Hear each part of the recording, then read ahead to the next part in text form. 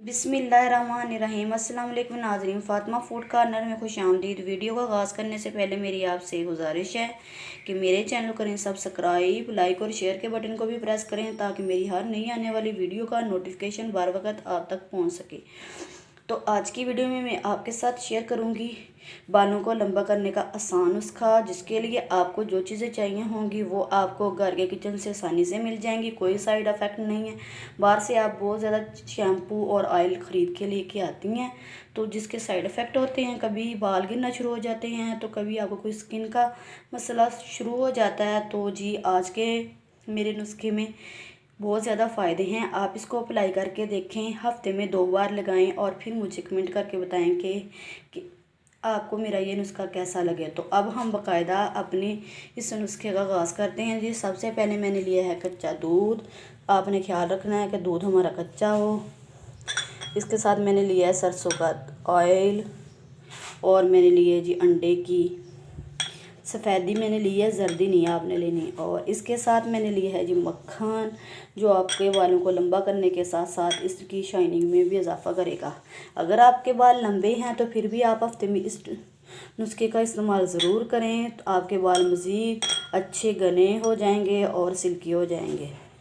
तो सबसे पहले हम शुरू करेंगे जी मक्खन से। मक्खन में हम ऐड करेंगे अंडे की सफ़ेदी। आप अपने बालों के हिसाब से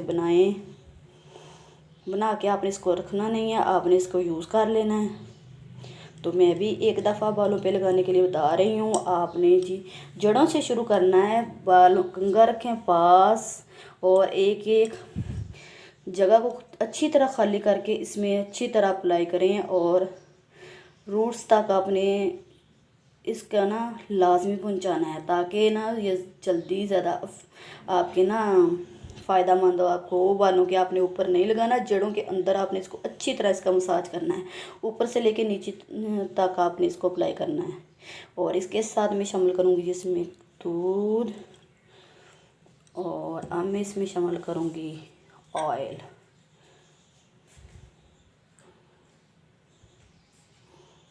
और अब हम इसे करेंगे अच्छी तरह मिक्स।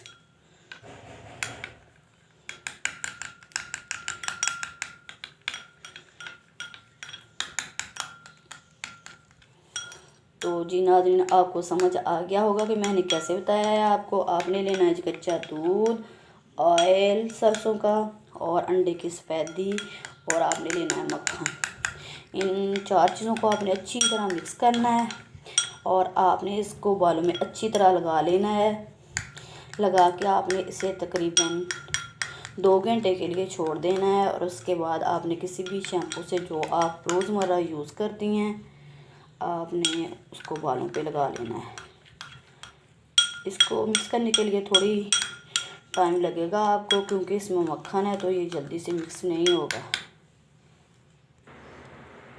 जी नाज़रीन, मैंने इसको कर लिया अच्छी तरह मिक्स। आप इसको मिक्स करें और फिर अपने बालों में लगाएं और मुझे कमेंट करके बताएं कि जो मैंने आपको नुस्खा बताया है उसने क्या कैसे आपके बालों को असर किया है या नहीं, वो आपने सब कमेंट में बताना है।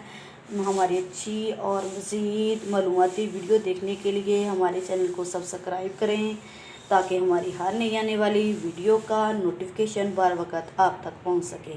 अल्लाह हाफिज़।